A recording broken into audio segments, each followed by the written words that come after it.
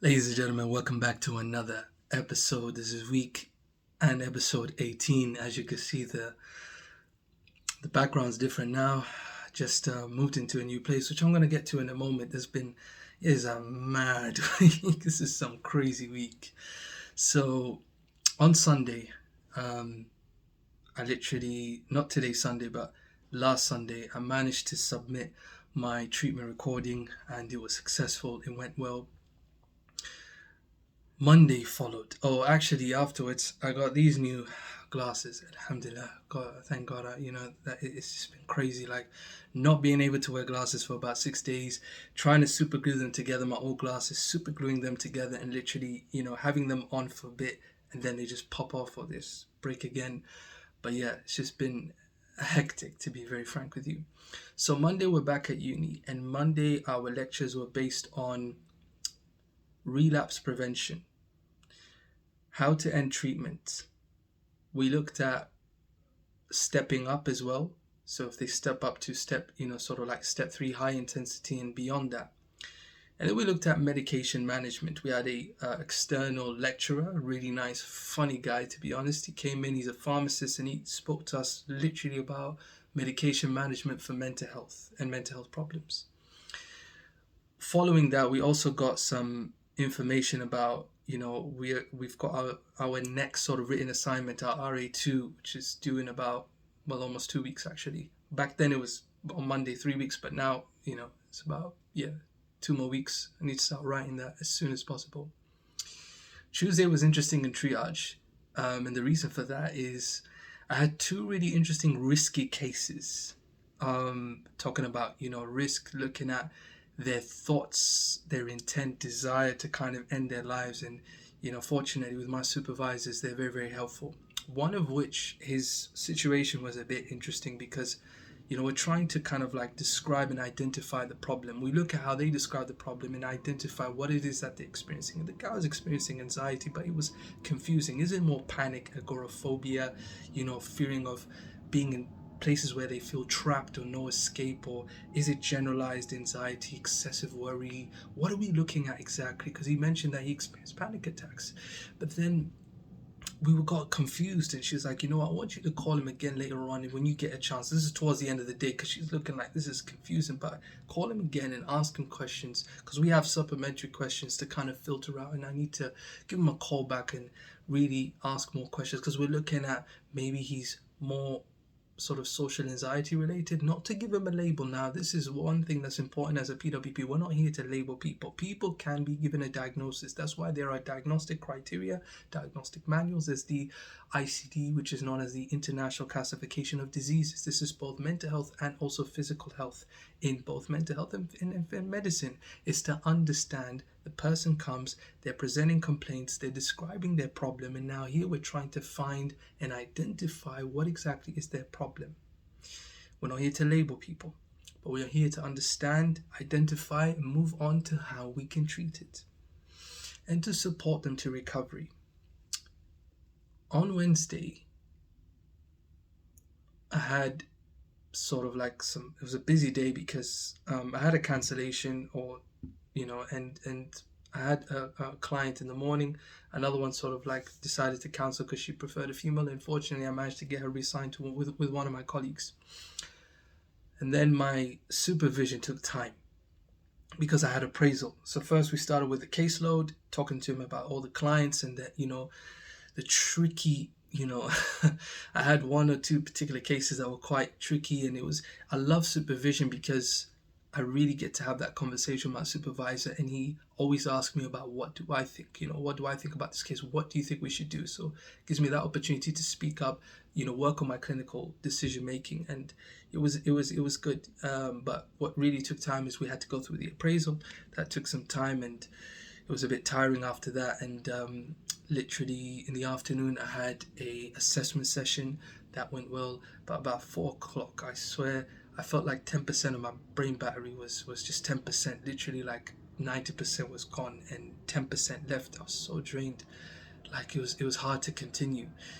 Now on Wednesday, I'm moving to a new place, as you can see. With this is a different area. I moved different places, so I literally, after work, it was around 6ish.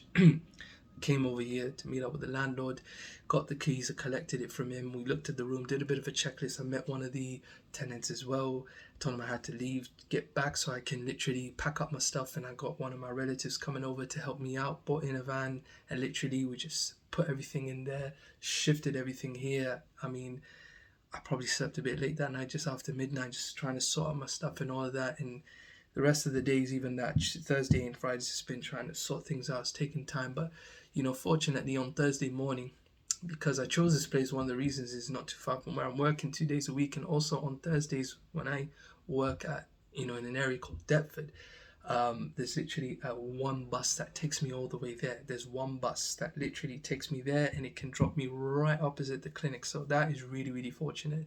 So I managed to catch that. It's within 10-minute distance or 10-minute walking distance, just to get to the bus stop that it comes to, and it was good. So leave early morning, I can manage just one bus all the way there. But yeah, just trying to get, all the other stuff like beddings and trying to get stuff for this place. It's been taking a lot of time. Friday was okay, so Thursday had a nice treatment session, worry management for someone who's experiencing excessive worry and anxiety. Friday comes in, and Friday was a little less this Friday. This Friday compared to last Friday was a little less, and it was less heavy, it was a bit lighter, to be honest. I did have 3 guided self-help sessions, and it was good. One of them first session, another one, two of the other ones, they're in their sort of like 3rd and 4th sessions, so that's good. They're like halfway now, and I'm seeing some improvement. And remember, small steps of improvement is better than nothing, and that is a sign of progress, and you're getting there. It takes time, but progress, even in small steps, matters, always matters. That's what's important. We say in Arabic, قليل دائم خير من كثير منقطع. Small steps, but they're consistent. Small progressive steps. Small, consistent, progressive steps are better than doing a lot and then you start, you stop doing it. So small steps are always important. And to be honest, that was, something that I took out. I was really happy to hear some of the improvement of my current clients in their 3rd and 4th sessions. I'm really, really happy to hear that. Really happy to see that there are steps forward. The rest of Friday was a lot of calls, booking in, a lot of admin work. And to be honest, I think after that I was feeling drained, but at the same time, I needed to get a new haircut. I needed to get a haircut, I needed to freshen up and, start the weekend, get some food, and just start the weekend basically.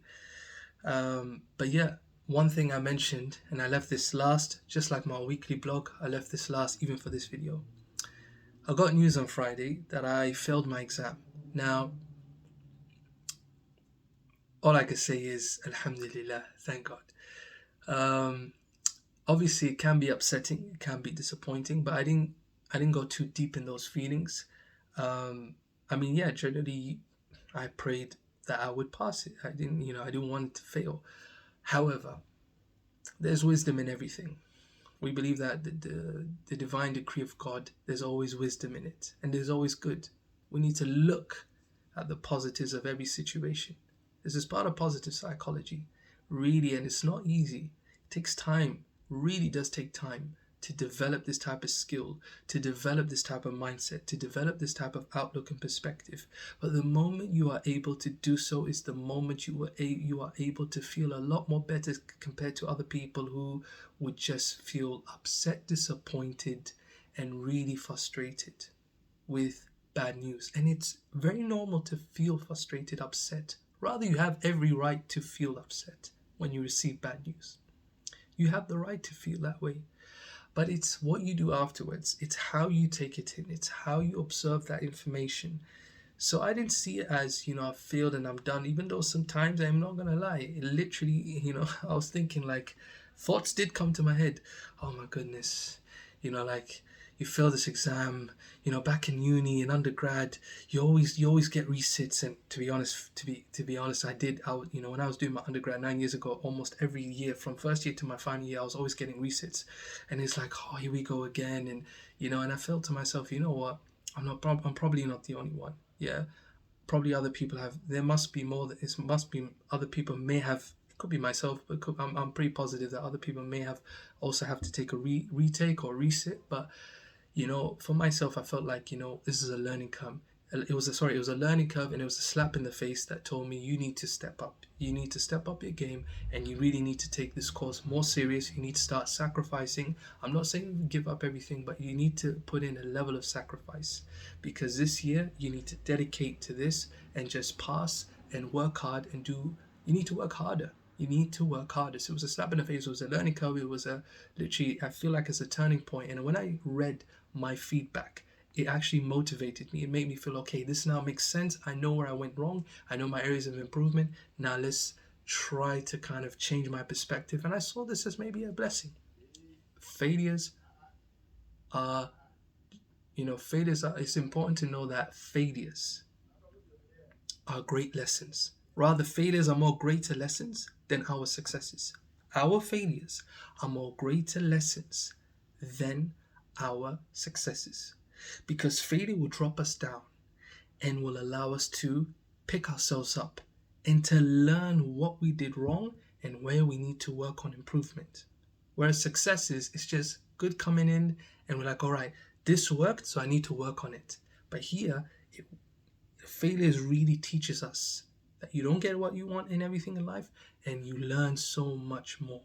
So benefit from that. Failures are great teachers. Rather, they are the best teachers that can teach us what life's about, what we need to work on, and to just continue to improve, enhance, and progress.